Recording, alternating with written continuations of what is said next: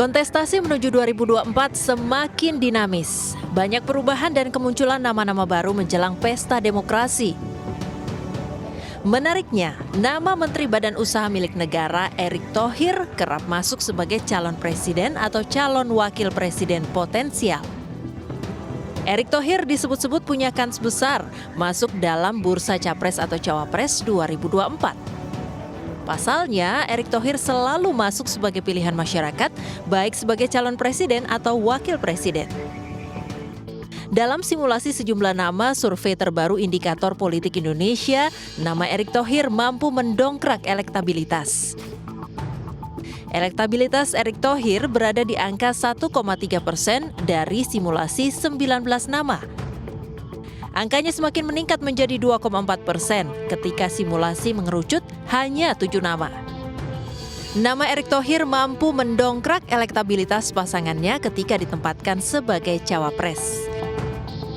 Dari simulasi 3 pasangan, ketika Erick Thohir dipasangkan dengan Ganjar Pranowo, berhasil mendapatkan elektabilitas 32,2%.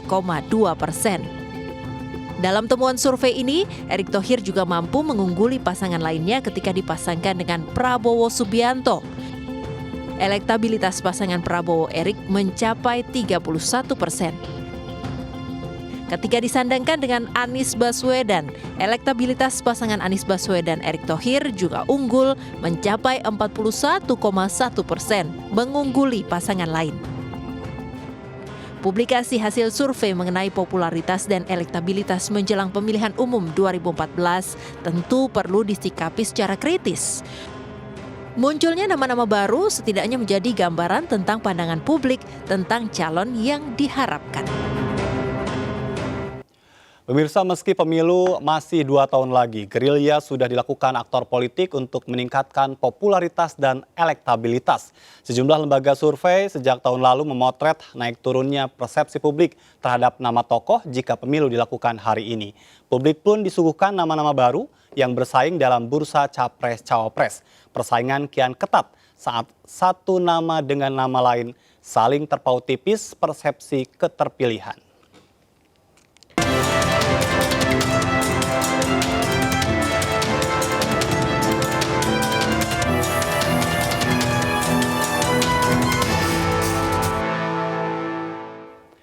Pemirsa, hasil survei Indikator Politik Indonesia tentang elektabilitas bakal capres jika pemilu digelar saat ini, elektabilitas Menteri Pertahanan Prabowo Subianto dan Gubernur Jawa Tengah Ganjar Pranowo sengit, di mana Gubernur DKI Jakarta Anies Baswedan terlihat konsisten di posisi urutan ketiga.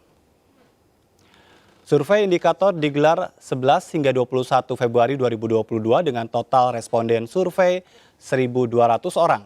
Dari semua provinsi di Indonesia secara proporsional. Proses wawancara dilakukan secara tatap muka menggunakan metode multi-stage random sampling. Adapun margin of error survei plus minus 2,9% pada tingkat kepercayaan 95%.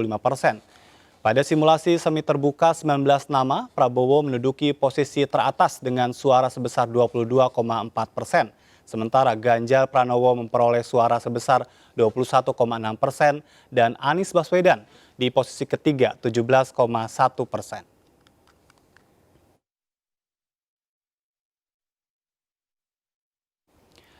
Elektabilitas Prabowo Subianto sebagai Capres 2024 cenderung melemah dalam 3 bulan terakhir. Menanggapi hal tersebut, Wasekjen DPP Partai Gerindra Andi Rahmat Wijaya berpendapat naik turunnya elektabilitas Prabowo adalah hal yang wajar. Andi mengungkapkan kader Gerindra hingga sekarang mendorong Ketua Umum untuk maju menjadi calon pemimpin Republik Indonesia di tahun 2024. Menurutnya naik turunnya tingkat elektabilitas dalam survei sesuatu hal yang biasa. Yang terpenting dalam kurun waktu yang berurutan tidak terus-menerus turun.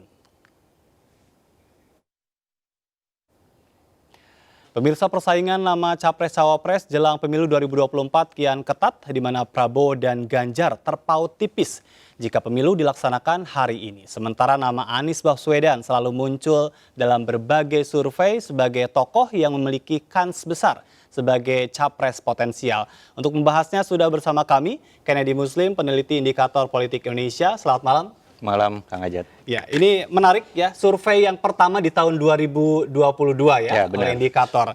Tapi yang menjadi pertanyaan kemudian adalah bicara tentang nama-nama yang disimulasikan. Ini pemilihan nama itu didasarkan pada apa? Biasanya kita memulai survei terkait dengan elektabilitas capres ini dengan pertanyaan top of mind ya, Kang Ajat. Jadi dari top of mind itu kita sudah mengidentifikasi nama-nama yang sudah ada di benak publik terkait persepsi publik terkait siapa yang akan mereka pilih jika pemilihan presiden dilaksanakan hari ini gitu. Ya. Nah, dari simulasi top of mind itu nama-nama itu mulai tampak top 10 atau top 20. Nah, itu nama-nama itulah yang biasanya kita simulasikan untuk dikerucutkan gitu. Jadi bukan berasal dari pilihan oleh lembaga survei itu sendiri, namun dari top of mind pilihan dari publik itu sendiri yang menjawab ketika ditanyakan jika pemilihan presiden diadakan hari ini siapa yang akan mereka pilih sebagai presiden. Apa yang menonjol dibandingkan dengan survei Desember tahun lalu? Masih belum ada pergerakan berarti. 3 nama teratas masih diduduki Pak Prabowo, Mas Ganjar, dan juga Mas Anies. Jadi tidak ada pergerakan berarti meskipun ketika dikerucutkan pada simulasi 3 nama ada sedikit tren penurunan Pak Prabowo, tapi masih di batas margin of error sekitar 3%-an, dan Ganjar juga terkesan masih stagnan, dan sedangkan Pak Anies juga masih konstan dengan di angka belasan persen gitu. Baik, adakah dari beberapa nama yang menjadi top of mind-nya masyarakat itu yang bergerak menuju ke atas begitu?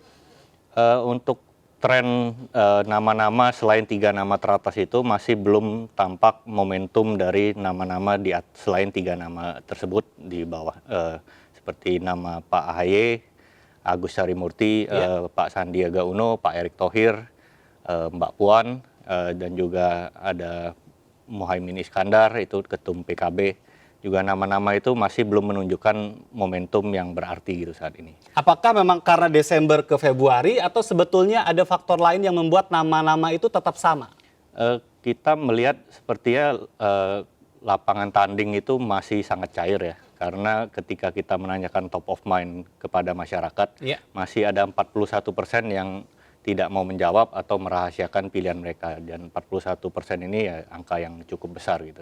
Dan ketika kita kerucutkan pun menjadi sampai 3 nama pun masih ada 11% itu yang swing voter pun masih itu. Jadi kita bisa simpulkan lapangan tanding di 2024 sendiri masih cair meskipun 3 nama ini konstan tetap berada di benak publik sebagai 3 nama teratas. Baik, tapi kalau berbicara tentang Prabowo Subianto memang selalu menjadi juara dari survei ya. Tapi kalau dilihat angkanya Anda sendiri punya catatan tersendiri? Untuk catatan untuk Pak Prabowo sendiri menariknya adalah ketika kita mengisolasi 3 nama capres teratas ini, mengisolasi ke responden yang hanya mengetahui, yang mengenal ketiga nama ini seperti Pak Prabowo, Pak Anies, dan Pak Ganjar, itu suara Pak Prabowo mengalami penurunan signifikan gitu ketika kita isolasi. Jadi dibandingkan dengan secara responden bebas secara gitu? umum, karena tingkat kedikenalan Pak Prabowo jika dibandingkan dengan Pak Ganjar itu sangat jomplang ya, masih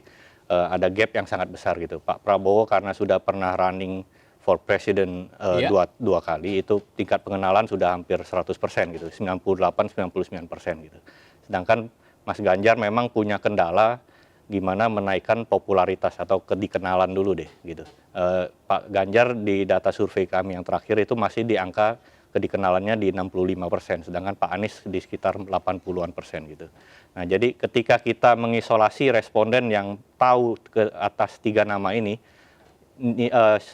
angka elektabilitas Pak Ganjar justru meningkat jauh gitu di situ, jadi 40-an%, sedangkan Pak Prabowo mengalami penurunan signifikan. Ini bisa dibaca seperti apa?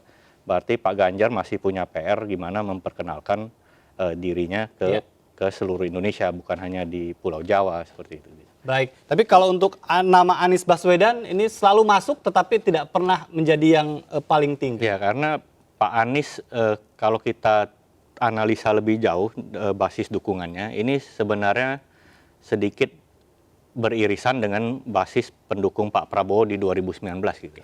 Jadi kalau kita analisa lebih jauh, kalangan Islam konservatif yang mungkin ada yang kecewa terhadap Pak Prabowo yang masuk ke dalam pemerintahan Jokowi, suara inilah yang bocor ke Pak Anies. Jadi gitu loh. tarik-menariknya di situ ya suaranya ya. Tapi ada juga hal yang menarik dalam survei yang dilakukan oleh indikator ini adalah simulasi nama-nama. Ini kenapa mensimulasikan 3 nama capres dengan nama cawapres, ada Puan Maharani, ada Erick Thohir, dipilih dasar apa? Ya balik lagi yang tadi saya sudah jelaskan di awal, kita menggunakan 10 nama teratas sebagai simulasi capres dan cawapres. Kebetulan Pak Erick Thohir juga masih masuk ke dalam 10 nama teratas. Sekalipun elektabilitasnya 2,4 ya?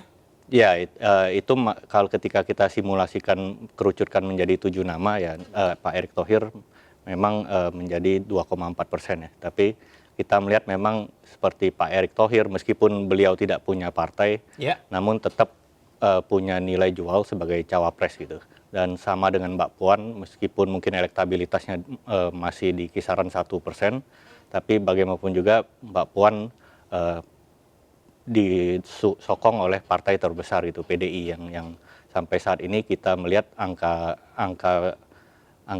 terhadap PDI itu masih sangat konstan, di angka 26% itu masih sangat tinggi gitu. Baik, dan kalaupun capres-cawapresnya ini Prabowo dan Pak Ganjar, berarti selesai sebetulnya pemilu ini? Karena angkanya nampaknya sangat luar biasa tinggi ya kedua itu.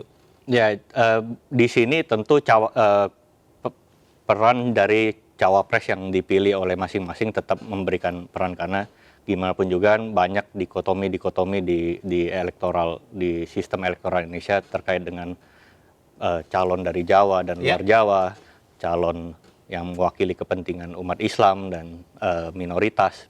Jadi pembelahan-pembelahan itu tetap harus diukur gitu loh, dan juga bagaimana negosiasi antar partai ketika mendekati pemilu itu juga akan menjadi tentu faktor penentu ya ketika. Anda tadi sudah singgung tentang cawapres, dan dalam simulasi ini nampaknya nama Erick Thohir pas buat semua capres ya.